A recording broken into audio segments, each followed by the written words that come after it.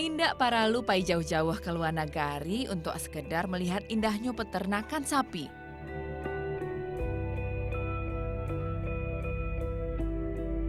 Berkunjung saja ke 50 kota. Iyo, karena di kampung halaman awak ini juga ada peternakan sapi, nan indak kalah indah dengan di New Zealand sana. Makanya banyak banget orang bilang kalau peternakan sapi bernama Padang Mengatas sebagai New Zealandnya Indonesia. Rancak bana.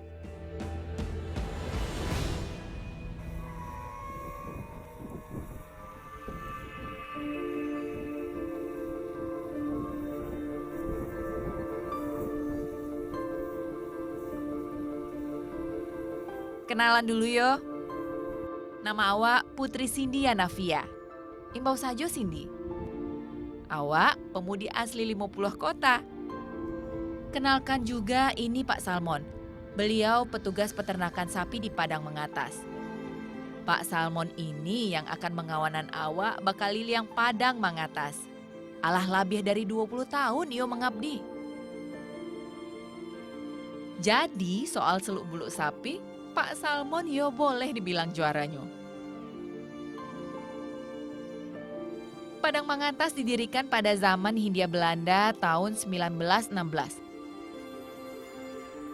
Lokasi ini awalnya digunakan sebagai tampek pengembangbiakan kuda. Pada 1935, Belanda kemudian mendatangkan sapi dari India untuk diuji coba sebagai bibit perkembangbiakan sapi. Namun, tidak membuahkan hasil yang memuaskan. Lokasi ini kemudian sempat alami pasang surut yang cukup tinggi. Tidak ada kegiatan dan hampir ditutui secara total.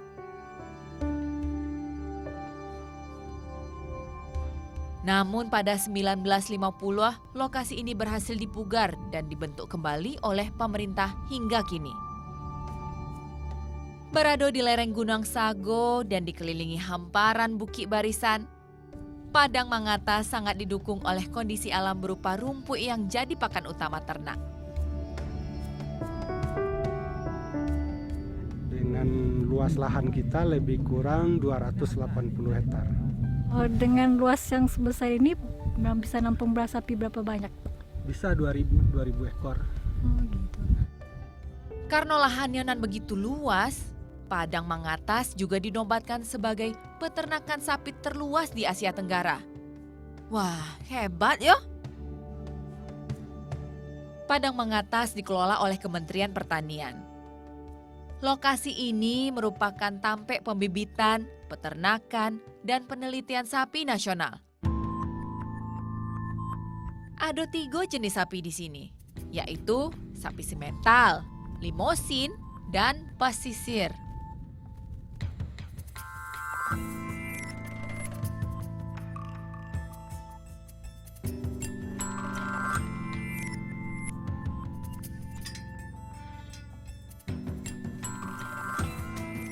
Walau dilepas liarkan di padang gembala, bukan berarti sapi-sapi di sini ndak ada pengawasan.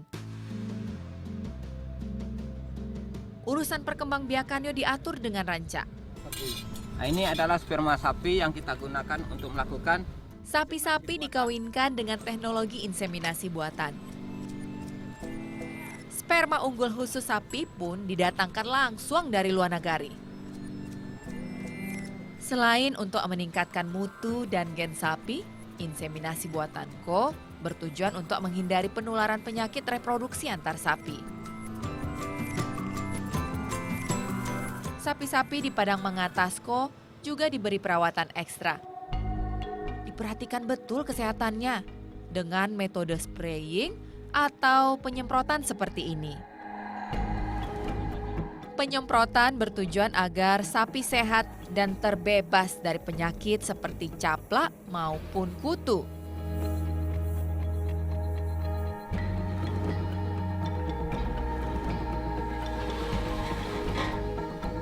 Jika menderita sakit, sapi-sapi di sini akan dipisahkan dalam kandang khusus. Tim medis spesialis hewan pun disiagakan untuk mengobati sapi-sapi nan sakit tersebut.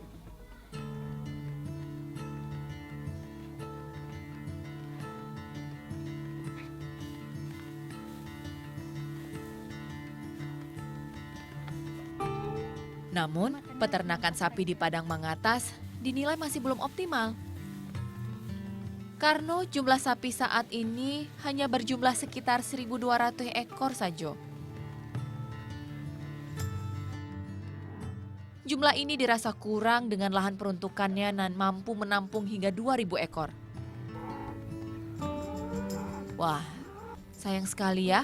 Padahal jika pemanfaatan lokasi berjalan maksimal, tentu dapat mengurangi permasalahan kelangkaan daging dan impor sapi nasional.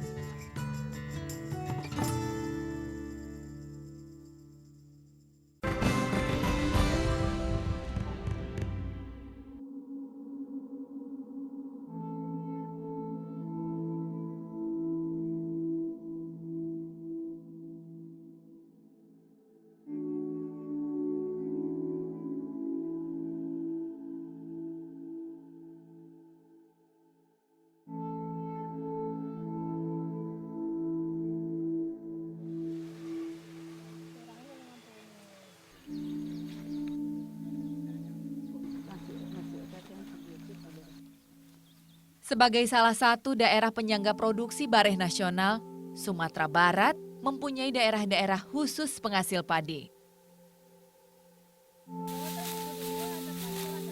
Nah, kampung halaman awak 50 kota salah satunya.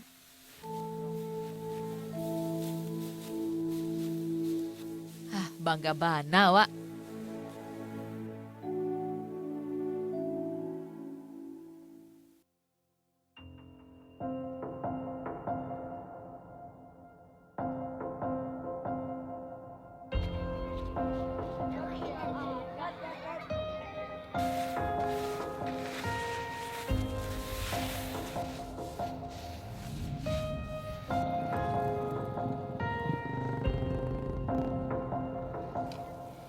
Bukan itu saja, kami juga masih melestarikan tradisi menyimpan padi hasil panen di Lumbuang. Kalian mungkin kurang mengartikan akan fungsi dari bangunan kete nan bagonjong di sisi kiri atau kanan arah halaman rumah Gadang Minangkabau. Nah, ikulah Lumbuang Padinyo. Orang Minang, kami biasa menyebutnya rangkiang.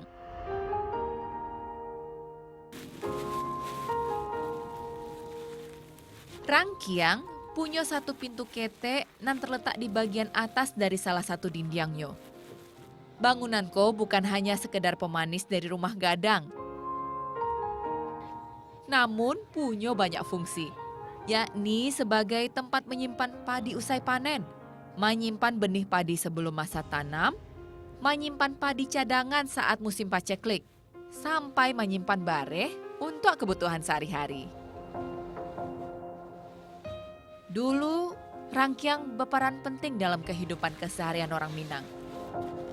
Tapi kini, rangkiang jumlahnya semakin berkurang, seiring dengan makin seketeknya keberadaan rumah Gadang di kampung. Sayang sekali yo, padahal kalau dapat taruh dilestarikan, tradisi menyimpan padi khas Nagariko dapat dijadikan solusi untuk ketahanan pangan.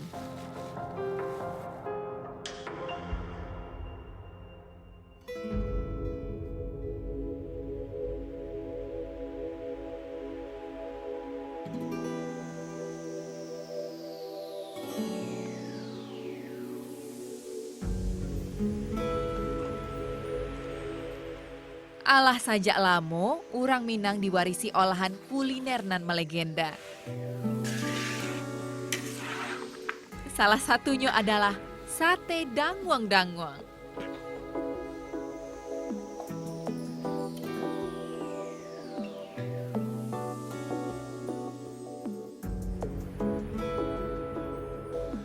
Olahan sate dari kampung halaman awak ini tersohor sebagai sate ternikmat di Sumatera Barat.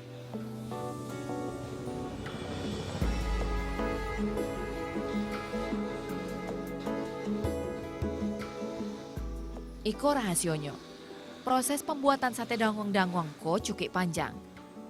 Daging sapi harus direbus terlebih dahulu selama 3 jam. Ini agar menghasilkan tekstur daging sapi nan empuk dan lembut.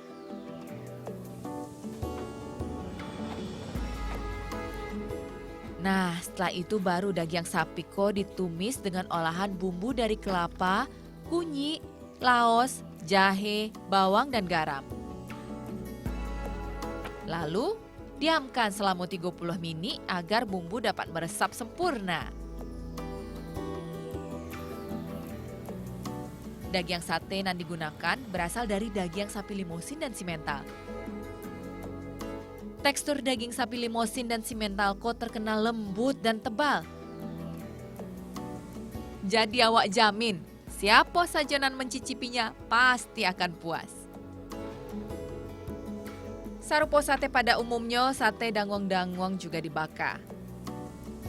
Bedanya ada pada kuah yang terbuat dari campuran rempah-rempah, ketumbar, lengkueh, jahe, santan, dan tapung bareh ini. Komposisi bumbu ko menghasilkan cita rasa sate nan berbeda, segar pokoknya.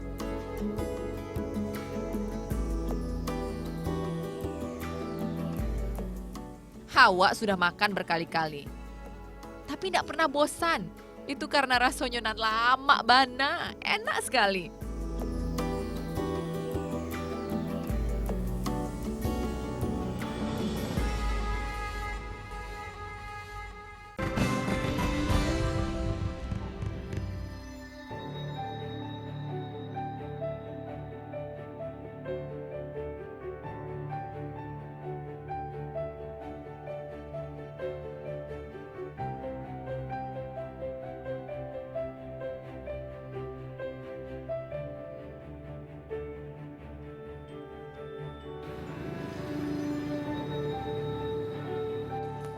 Lima 50 kota merupakan salah satu kabupaten di Provinsi Sumatera Barat.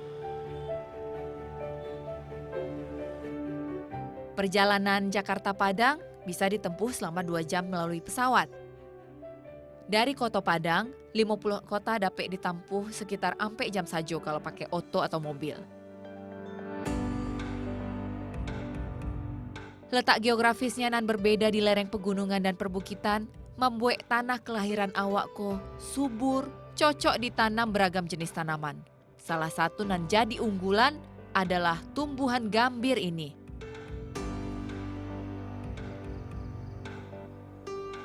Karena di Indonesia 80% gambir berasal dari Sumatera Barat. Dan sentra utama gambir di Sumatera Barat berasal dari Kabupaten 50 kota. Itu artinya kampung halaman awak ini jadi daerah penghasil gambir terbesar di tanah air. Bangganya awak. Gambir adalah sejenis getah nan dikeringkan, nan berasal dari ekstrak remasan daun dan ranting tumbuhan bernama sama.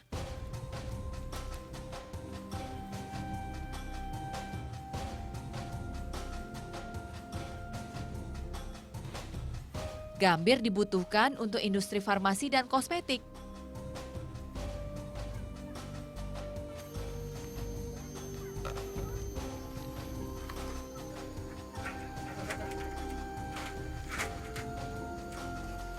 Proses pengolahan gambir butuh waktu nan panjang.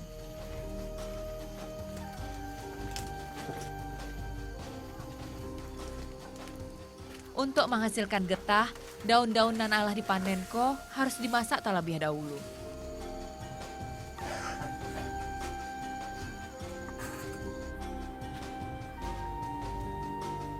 Setelah masak sadonyo, baru daun diperas untuk diambil gatahnya.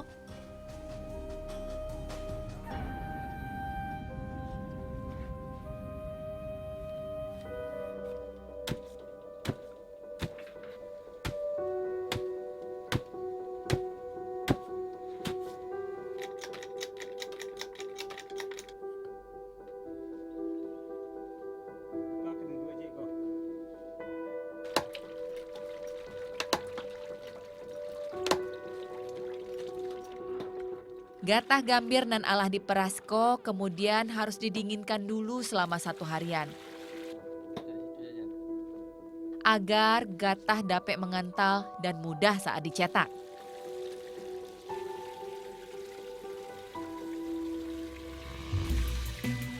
Proses pembuatan, pencetakan, sampai penjemuran gambir masih dilakukan secara tradisional. Agar memudahkan pengawasan, pengolahannya dilakukan di lereng-lereng perbukitan dekat perbukitan gambir. Namun, kekayaan alam ini masih belum mampu mensejahterakan para petani gambir di Kampuang. Ini dikarenakan harga gambir nan kerap tidak stabil.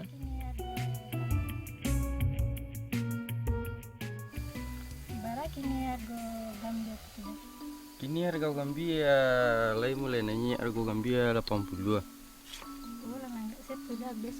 Biasanya harga gambir ko ada sampai 10.000, 20.000 harga gambir di Kanagarian naik ko.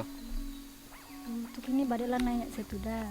Nah kini harga gambir ko dunia namun tuan tak dapat awak do. Tak dapat toke-toke siko namun tuan do. Tergantung permintaan negeri-negeri lain.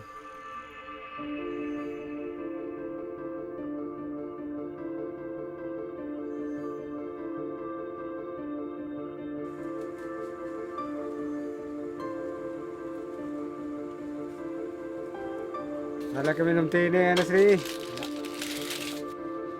Selain dikirim ke luar kota dan ke luar negari, daun gambir ko biasa diolah menjadi teh.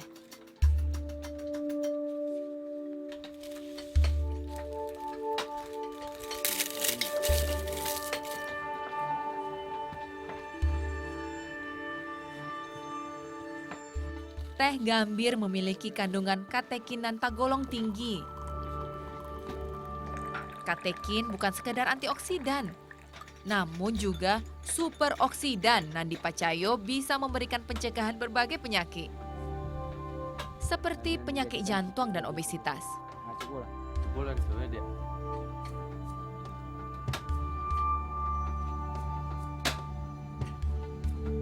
Manis udah. Banyak nanti.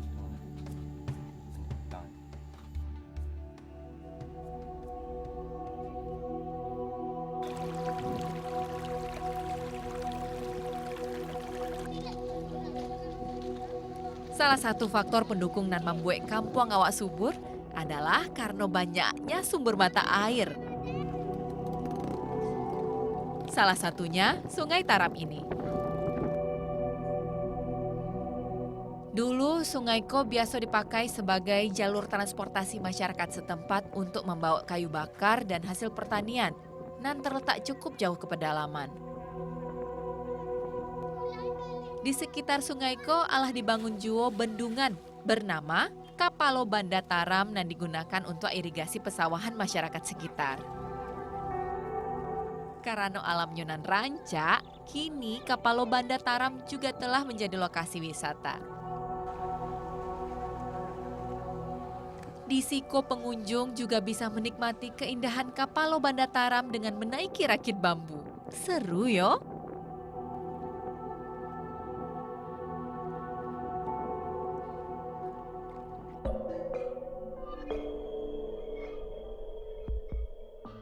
Kalau soal wisata, di kampung halaman awak juga ada kelok sambilan dan telah menjadi magnet para wisatawan.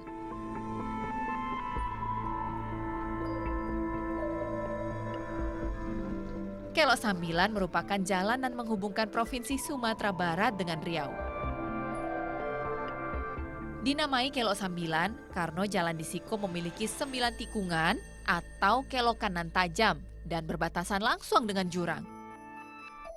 Jalan Ko membentang sepanjang 300 meter. Kelok 9 juga memiliki jembatan layang sepanjang 2,5 kilometer. Jembatan layang Iko menjadi yang terindah se-Indonesia. Kalau kalian berkunjung ke 50 kota, sempatkanlah singgah di sini. Ya, untuk sekedar menikmati atau mengabadikan keindahan dan kemegahan arsitekturnya. Seperti awak ini. Kalau awak, ya sudah tidak kehitung berapa kali datang ke sini. Walau sering, tapi awak tidak pernah merasa bosan. Selalu saja ada rasa bangga akan kampung halaman Tacinto. Indonesia bagus.